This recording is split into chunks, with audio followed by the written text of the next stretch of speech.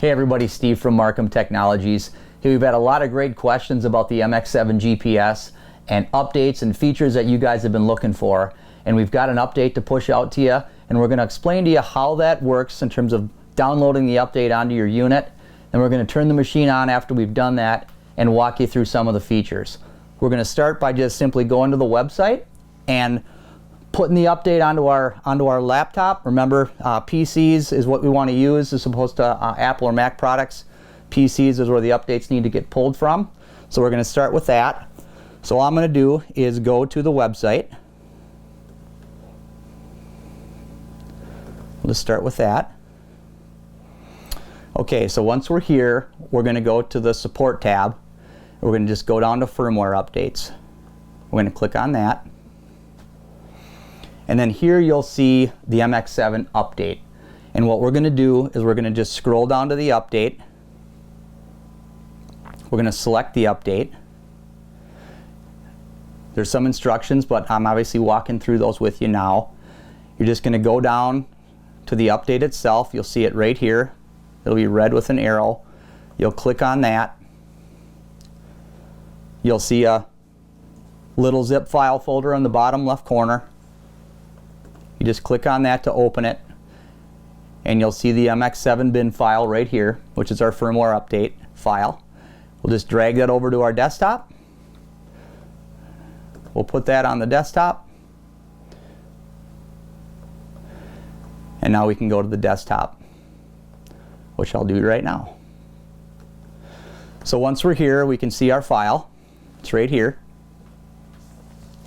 and we can insert a SD card, a micro SD card, that will then get installed into the unit to accept the update. So what we want to use is a class 10, either 4 to 32 gig. So the range is 4 gig to 32 gig, a class 10. So you simply push that into your SD card slot.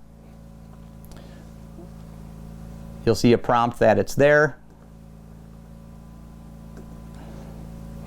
Okay, so now my computer's recognized that I have the micro SD in there. So what I'm going to do right now is I'm just going to open up my files, and I'm going to simply drag my update onto the SD card. And now it's there. So now when you go into it, you'll see the MX7 update is right there.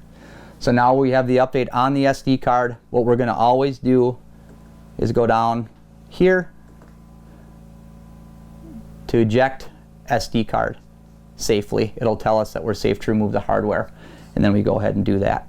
So that's how you install the update. Now that we've done that, we're ready to turn the machine on, and we'll show you how the update features work and what we've done to the unit.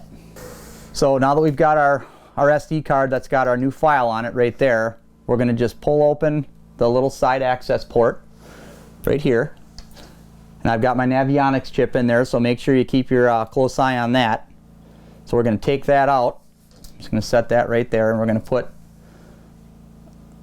the micro SD into the machine to allow the machine to accept the update. So we're going to turn this on now, and we'll fire up the machine, and we'll have you take a look at the prompts as to what you're going to see when you do this.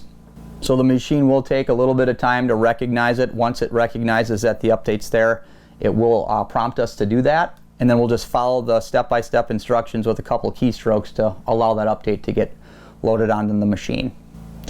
So we can see our MX7 GPS updater prompt. We're going to press the plus button to proceed. It says, "Are you sure?" So we can't mess this up. We want to go ahead and do that. Once we do that, the update's started, and it'll prompt once the update's complete, and you will hear the beep as well. After that, you'll see the X to power down. We'll go ahead and do that now. And now the unit's off. Now make sure at this point you're going to go ahead and remove the card that you performed the update on, because if you keep it in there and turn the machine on again, it's going to essentially ask you to do that again, and we don't need to do that. So what I'm going to do now is I'm going to simply put this Navionics card back in there. I'll be ready to go. I'll put that nice protective cover back on there. like that, and we'll fire the unit up and walk you through some of the features that we have. So again, we know a lot of the big questions are, we want to make it easier to switch back and forth between full screen map and my sonar views. That's something that we've incorporated. We'll show you how that works. The other thing that we know that a lot of you have been looking for are preset layouts to allow you to select between specific sonar displays that you like, and everybody's a little bit different. So we're giving you 4 options to pick between, and you can set those screens up however you want to do that. Once those presets are established, they're locked in, and you can save those as individual presets, and you can lock those in all the time, however you want to do that. So one of the other things that we did with this, and I'll probably come back to it at the end, is we're allowing the machine now to remember or save last settings. So what that means is, however you turn the machine off when you were done fishing for that particular day, when you come back the following day and turn it back on, it's going to be in the exact same screen orientation that you left it with. So you're not having to go back in and reconfigure the display views that you want. They're already going to be right there. So as you can see here, I've got a traditional flasher display.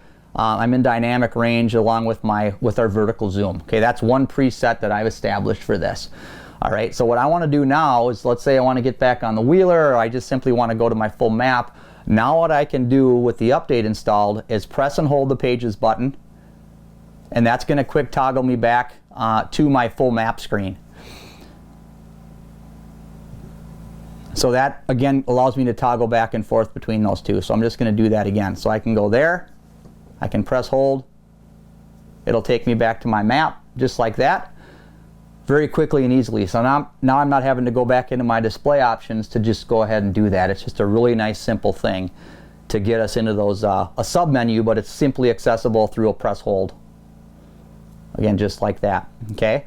So the other thing that we did with the presets, which is really great, is you can press your Pages button.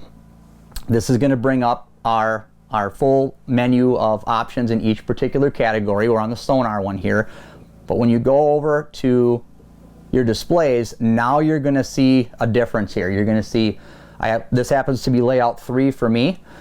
You can toggle through the layouts with the plus or minus. So if I go minus, my layout 2 that I've selected is 2 verticals, my vertical full screen, my chart, and then my zoom. Okay, and again, now if I want to, I can go back to my full map just with a press hold and then go back to that same screen that I left off on, which is really handy now. So again, now go back into Pages. I want to go ahead and select my other layout, which happens to be layout 1. This happens to be, again, 2 verticals and 3/4 screen map. So again, you can do this however you want, and I will walk you through how to do a layout as well. So again, Pages, let's change the layout. So here you can see a drop down. All you're simply doing is going in and picking what you want at this point. So I want to add a flasher, so let's just do that. Okay, just go up to Save, hit Enter. That'll save my layout 1. I'm just going to back out of here. So there's what that looks like. Again, if I want to go back to full map, I can do that. I'll go back into that same display I was just in. I can do that. And again, once I'm in my displays, I can simply toggle back and forth between each of those 4. So there's my 2 that I had before. There's the 3 that we started with.